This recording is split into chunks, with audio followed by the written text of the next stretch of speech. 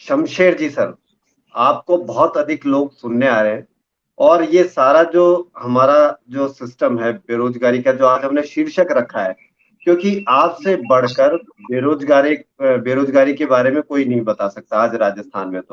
तो आप इस पर क्या प्रकाश डालते हैं? क्योंकि जितने भी मैसेज आ रहे हैं वो सिर्फ यही मैसेज आ रहे हैं कि हम शमशेर जी को सुनना चाहते हैं। तो शमशेर जी, आप बेरोजगार और बेरोजगारी के बारे में आप क्या बता सकते हैं सर? देखिए, सबसे पहले तो समस्त श्रोताओं को और वक्ताओं को और होस्ट को मेरा नमस्कार। बेरोजगारी मेरे हिसाब से 3 प्रकार की है। एक, जो अनपढ़ हैं उनके लिए रोजगार की व्यवस्था करना। पढ़े लिखे, 2 नंबर जो पढ़े लिखे हैं उनके लिए रोजगार की व्यवस्था करना। और 3 नंबर जो अर्ध बेरोजगार हैं उनके लिए स्थायी रोजगार की व्यवस्था। पहली जो मेरी प्राथमिकता है, जो लोग अनपढ़ हैं।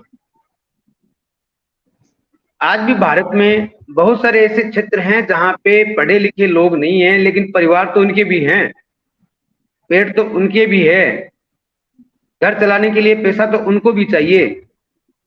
और सरकार का ये नैतिक दायित्व है, चाहे वो राज्य की सरकार है चाहे वो केंद्र की सरकार है, किसी भी तरीके से किसी भी कौशल के अंतर्गत उनको ला करके उनको रोजगार दिया जाए। ये सरकार का मुख्य दायित्व है, इससे सरकार भाग नहीं सकती। सरकार ये नहीं कह सकती कि साहब हमने तो ये जॉब फेयर लगा दिए, या प्रधानमंत्री जी ने एक बड़ा लंबा चौड़ा सा भाषण दे दिया और उनकी खिचड़ी हो गई। ये नहीं चल सकता, कार्य करके दिखाना होगा। 2 नंबर, ये तो बेरोजगार जो अनपढ़ है उनके लिए। 2 नंबर जो पढ़े लिखे बेरोजगार, देखिए वो खेती में काम नहीं कर सकते क्योंकि उन्होंने उस स्तर को छोड़ दिया है, वो कड़ी धूप में नहीं जा सकते। Yes sir, exactly. उनके लिए इस प्रकार के रोजगार की व्यवस्था की जाए।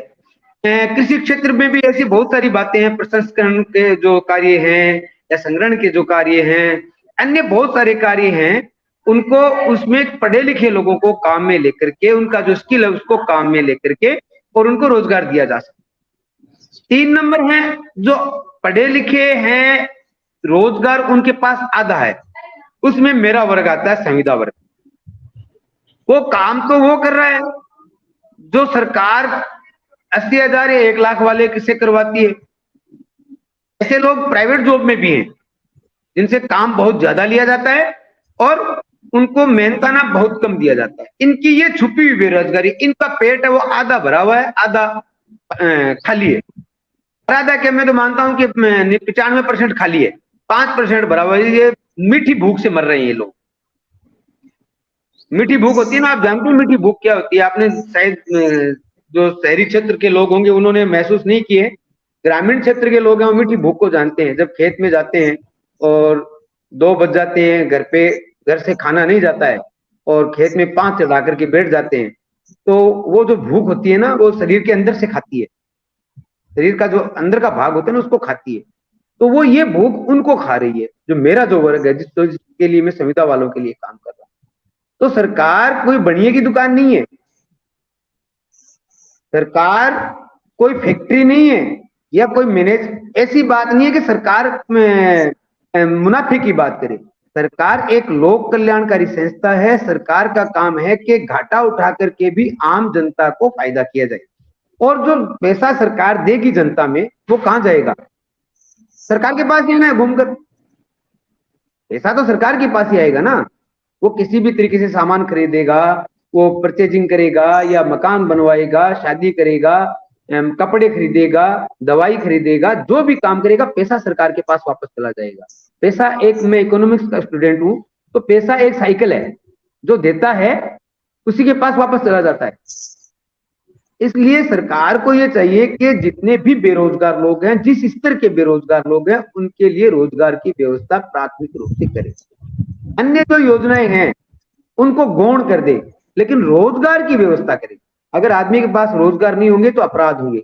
मैं, जो हमारे साथी हैं, उन्होंने एक बात कही थी कि जनसंख्या वृद्धि से रोजगार की कमी आ रही है। मैं आपसे एक बात कहना चाहता हूं कि भारत दुनिया का सबसे बड़ा बाजार है आज की डेट। और दुनिया की बड़ी बड़ी कंपनियां भारत आ रही है, इसलिए कि यहाँ मार्केट है, यहाँ खरीदार है। जनसंख्या होगी नहीं तो खरीदार कहां से होगा? दुनिया के कितने देश हैं, स्वीडन है, डेनमार्क है, कितने देश हैं जो लोगों को आमंत्रित कर रहे हैं अपने देश में बसने के लिए। कनाडा, आप उदाहरण दे सकते हैं, हमारे जितने सरदार लोग हैं वो कनाडा जाके बस गए। सऊदी अरब, अगर सऊदी अरब से राजस्थान के मेरे क्षेत्र के लोग अगर आ जाएं तो सऊदी अरब खाली हो जाए। दुबई, कतर, कुवैत, ये जो देश हैं ये लोगों को आमंत्रित कर रहे हैं कि आइए हमारे यहाँ काम कीजिए। क्यों? क्योंकि भारत के पास श्रम शक्ति है, श्रम है, भारत के पास पूंजी है, लेकिन सही तरीके से सरकारें इसका इस्तेमाल नहीं कर रही है। और इसी का कारण है कि तीनों स्तर पर अनपढ़ लोग हैं, उनका भी रोजगार नहीं हो रहा है, उनको सरकार लोन दे रही है लेकिन लोन का डिस्ट्रीब्यूशन सही नहीं हो रहा है, जिसके कारण से वो गाय का लोन लाता है और घर में बच्चे की बीमारी पे खर्च कर देता है। आप शायद मेरी बात से सहमत हैं या नहीं है? फैक्ट्री का लोन लेता है लेकिन वो मकान बना लेता है। क्यों? क्योंकि उसके पास आगे का जो सिस्टम है उसका भरोसा ही नहीं है सरकार पर। मेरा साला जर्मनी रहता है साहब, मजदूर है, लेकिन उसको सरकार ने गारंटी दे रखी है कि मकान सरकार देगी, बच्चे बीमार हो गए सरकार ठीक करेगी, इलाज का पैसा सरकार देगी, बीमा सरकार करेगी, वाहन सरकार उपलब्ध कराएगी। आपका जो भी खर्चा है, आपको अगर काम नहीं भी मिला है तो 500 यूरो आपको प्रति माह सरकार देगी। आप काम करते हैं तो ठीक है। तो ये सरकार की जिम्मेदारी है, इतनी बड़ी जनसंख्या है, सरकार चाहे तो पूरे दुनिया पे कब्जा कर सकती है, लेकिन सरकार के पास मेरे सिस्टम से मेरे मानने के अनुसार जो नेता लोग हैं उन पर अधिकारी हावी है। और अधिकारी नहीं चाहते हैं कि उनकी जो सिस्टम बनाया हुआ है, लाल फीताशाही जिसको अपन कहते हैं, लाल फीताशाही, वो सिस्टम गड़बड़ा जाए, वरना उनकी कौन सुनेगा फिर? बेरोजगारी के लिए नेता नहीं, अधिकारी जिम्मेदार है। आपका स्पीकर खुला हुआ है तो आवाज घूम के आ रही है। हाँ, मेरा ये मानना है, मैं निवेदन करता हूँ कि जितने भी आपके पास आंकड़े हैं कोशिश कीजिए, एज के अनुसार, कौशल के अनुसार और उनकी क्षमता के अनुसार उनको रोजगार दीजिए। सरकार का जीडीपी बढ़ेगा, उत्पादन बढ़ेगा और सरकार की इनकम बढ़ेगी। आप कह रहे हैं राजस्थान के लोग या भारत के लोग बाहर जा रहे हैं, मैं कह रहा हूँ भारत में लोग काम करने आएंगे। बांग्लादेश इसका उदाहरण है, आप देख लीजिए, दुनिया की जनसंख्या अपने भारत से ज्यादा जनसंख्या वहां पर है, जनघनत्व है। आपने बांग्लादेश की जीडीपी देखी है क्या? आपने अध्ययन किया बांग्लादेश की जीडीपी का? एक छोटा सा देश है सिंगापुर, इसका नमूना आपके सामने है। क्या था सिंगापुर और क्या हो गया? लेकिन वहां के लोगों में, खास तौर से एक बात और कहूंगा कि अपने लोगों में भी ये वातावरण के हिसाब से मान लीजिए, जलवायु के हिसाब से मान लीजिए, काम करने की जो क्षमता है यूरोपियन लोगों के बजाय वो भी कम है। हम लोग खास तौर से अधिक गर्म स्थानों पे रहते हैं, अधिक काम करने के आदी नहीं है। आप यूरोपीय लोगों से देखेंगे तो वो टाइम के पंक्चुअल हैं, हम लोग टाइम के पंक्चुअल नहीं है। तो एक बात और भी कहूंगा कि भारत के लोगों को अभी भारतीय संस्कार देना भी जरूरी है। भारतीय संस्कार अगर भारत के लोगों में आ गए तो विश्व गुरु बनने से कोई नहीं रोक सकता। मेरी ड्यूटी जो है 7 बजे की है तो मैं 6:55 पे स्कूल पहुंच गया, 1 बजे की है तो 1:05 पे स्कूल से चला। मैंने नियम अनुसार अपना कर्तव्य पूरा किया, मेरा कार्य पूर्ण हुआ।